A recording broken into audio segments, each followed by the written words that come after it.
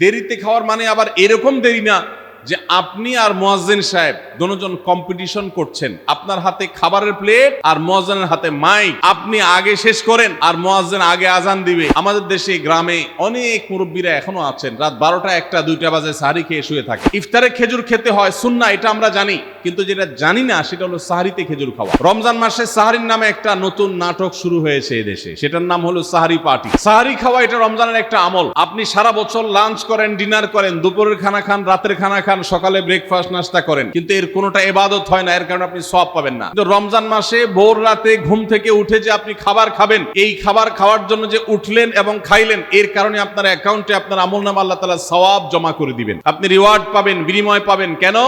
কারণ নবী করিম সাল্লাল্লাহু আলাইহি সাল্লাম বলেছেন, তাসাহহারু ফাইন্না ফিস সাহুরি বারাকাহ।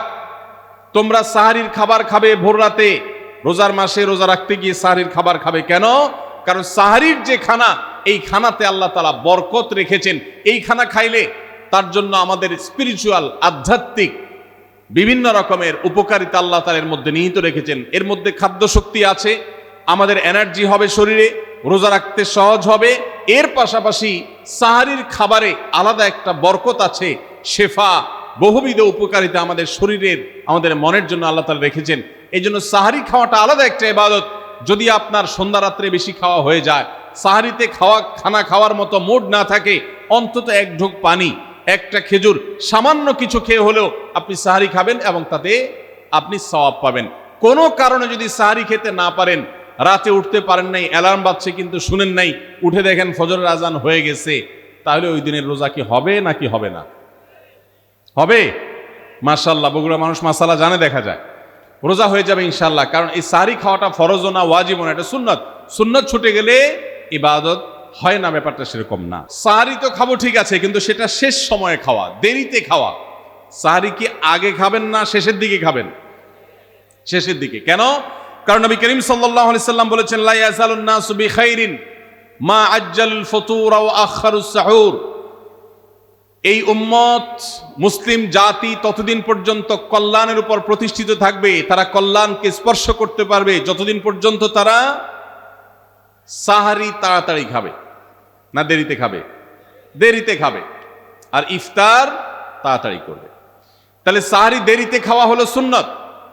আমাদের দেশে গ্রামে অনেক মুরব্বীরা এখনো আছেন রাত 12টা 1টা 2টা বাজে সাহারি খেয়ে শুয়ে থাকেন।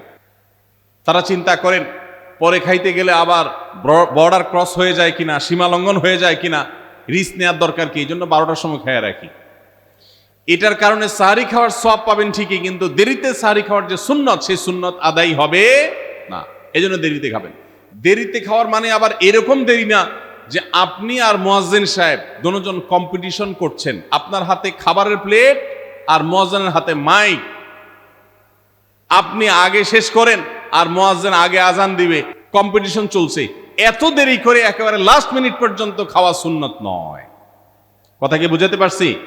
কয়েক মিনিটের গ্যাপ রেখে তারপরে খাবার শেষ করবেন। কারণ নবী করিম সাল্লাল্লাহু আলাইহি সাল্লাম সাহরি খেয়ে শেষ করে ফজর নামাজ শুরু করতেন, এর মধ্যে 50টা আয়াত পড়ার মতো গ্যাপ রাখতেন, অর্থাৎ প্রায় 10 মিনিটের মতো একটা গ্যাপ থাকতো।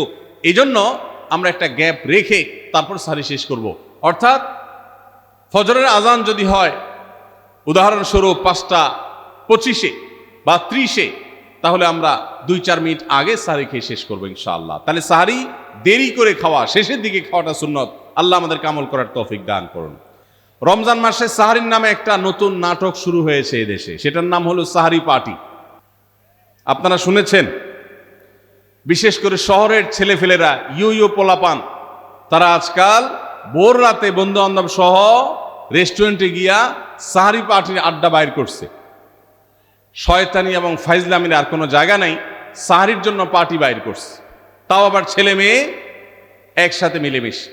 ভাইরা আমার, সাহরি খাওয়া ইবাদত, এবং সাহরির এই সময়টা দোয়া কবুলের সময়, তাহাজ্জুদের সময়। আল্লাহ তাআলা দুনিয়ার আকাশ থেকে ডেকে ডেকে বান্দাকে ক্ষমা করেন। এই সময়টাতে আড্ডাবাজি করা, এটা হতভাগা ছাড়া আর কারোর কোনো কাজ হতে পারে না। আমরা ইফতারে খেজুর খেতে হয় সুন্নাহ, এটা আমরা জানি, কিন্তু যেটা জানি না সেটা হলো সাহরিতে খেজুর খাওয়া। ভোর রাতে সাহরিতে খেজুর খাওয়া সুন্নত, এটা আগে কে কে জানতেন? হাত তোলেন। আগে জানতেন?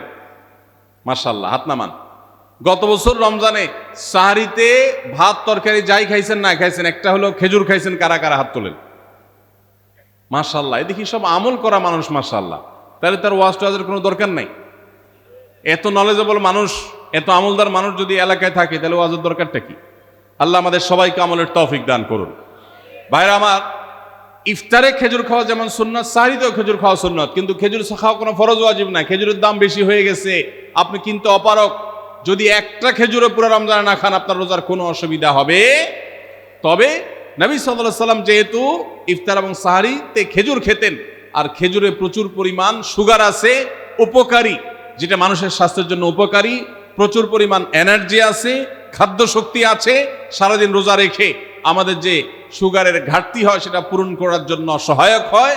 এই জন্য সাহরি এবং ইফতারে খেজুর খাওয়া এমনিতেও উপকারী। আর নবী সাল্লাল্লাহু আলাইহি ওয়াসাল্লামের সুন্নাত, তিনি বলেছেন, নি'মা সাহুরুল মুমিনি আত-তামার, ইমানদারের সাহারির আইটেমের মধ্যে সবচেয়ে বেস্ট উত্তম হলো খেজুর। এই জন্য অন্য যাই খান না খান, একটু হলো, এক পিস হলো খেজুর খাবেন, ইনশাআল্লাহ সুন্নাত আদায় করার নিয়তে খেলে এই সুন্নাতটা আদায় হয়ে যাবে। আল্লাহ তাআলা তা চাহেন। তো সকল প্রকার পাপাচার বর্জন করা, গুনাহের কাজ থেকে বিরত থাকা, এইটা হলো রমজান মাসের দ্বিতীয় সর্বোচ্চ গুরুত্বপূর্ণ আমল। সিরিয়ালে আমরা 10 নম্বরে বলেছি, কিন্তু 27টা রমজানের স্পেশাল আমলের মধ্যে সবচেয়ে গুরুত্বপূর্ণ আমল হলো রোজা রাখা, আর দ্বিতীয় সর্বোচ্চ গুরুত্বপূর্ণ আমল হলো সব ধরনের পাপাচার বর্জন করা, গুনাহের কাজ ত্যাগ করা।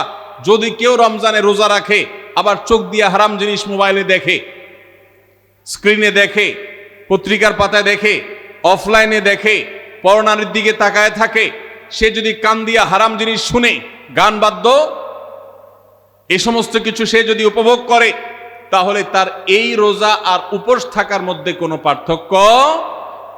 মনে রাখবেন, রোজা শুধু পেটের হয় না, রোজা চোখের হয়, রোজা কানের হয়, রোজা হাতের হয়, রোজা মুখের হয়, রোজা শরীরের প্রত্যেকটা অঙ্গ প্রত্যঙ্গের হয়। একজন মানুষ যখন তার পুরো শরীরের রোজা করে, সে যখন সকল অঙ্গ প্রত্যঙ্গ দিয়ে আল্লাহর আনুগত্য করে, আল্লাহর নাফরমানি থেকে বেরিয়ে আসে, তখন সে সত্যিকারের রোজাদার হয়। আর যে শুধুমাত্র দিনের বেলায় পানাহার বর্জন করে, যৌনাচার বর্জন করে, আর সমস্ত পাপাচার অপকর্ম সে যথারীতি অন্য সময়ের মতো রমজান মাসেও করে, এই রোজাদার পেটের রোজা রেখেছে, কিন্তু তার শরীরের অন্য অন্য অঙ্গ প্রত্যঙ্গগুলো আল্লাহর কথা শুনে নাই, সো সেগুলো কিন্তু রোজা রাখে নাই। এই রোজা আল্লাহর কাছে মাকবুল এবং গ্রহণযোগ্য রোজা হতে পারে না। অতএব আমরা রমজান মাসে সব ধরনের গুনাহের কাজ বর্জন করবো তো ইনশাআল্লাহ। প্রিয় ভাইরা আমার, রোজা কিন্তু আমাদের সাথে কথা বলে। রোজার ভাষা আমরা অনেকে জানি না, কি বলে সেটা অনেকে বুঝি না, কিন্তু রোজা আমাদের সাথে কথা বলে। কি কথা?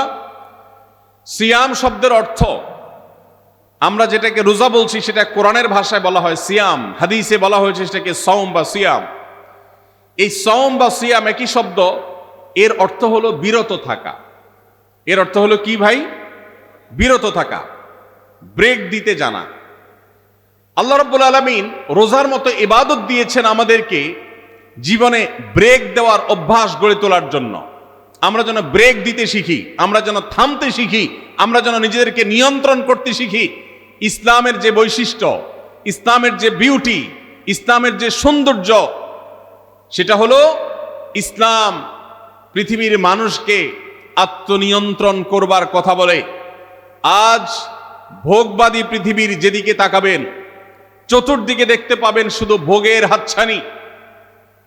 দুনিয়াটা মস্ত বড়, খাও দাও আর ফুর্তি করো, শুধুমাত্র ফুর্তি, ফুর্তি এবং ফুর্তি, ভোগ এবং ভোগ এবং ভোগ। গোটা পৃথিবী আপনাকে ভোগের কথা বলবে, ত্যাগের কথা বলবে না। ইসলাম আপনাকে ত্যাগের কথা বলে। আপনি ঈদ উদযাপন করবেন, ঈদ উল ফিতর, সেখানে পর্যন্ত ইসলাম বলে আগে গরিবের বাসায় ফিতরা পৌঁছাবে, তারপর তুমি ঈদগাহে যাবে, ঈদের আনন্দ করবে। আপনি কোরবানির ঈদে পশু জবাই করে গোশত খাবেন, উৎসব করবেন। ইসলাম বলে ভালো কথা, তুমি উৎসব করবে, তোমাকে উৎসব করতেই দেওয়া হয়েছে, কিন্তু আগে গরিবের বাসায়ও এই গোশত পাঠাবে ঈদের, সেটা নিশ্চিত করবে, তার পাশাপাশি তুমি ঈদ উদযাপন করবে। আমরা যে রমজানের রোজা রাখি, এই রোজা আমাদেরকে বিরত থাকার কথা বলে। সেই বিরত থাকাটা কি?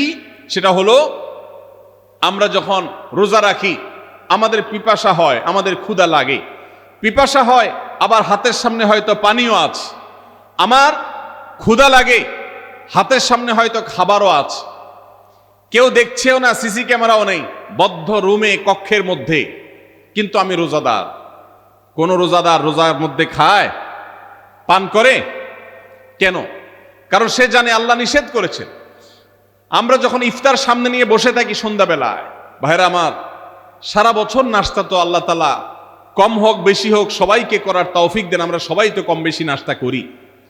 সারা বছর আপনি যদি বুফে গিয়ে 100 আইটেমের নাস্তা দিয়েও আপনি খাবার গ্রহণ করেন, সকালের ব্রেকফাস্ট আপনি খান,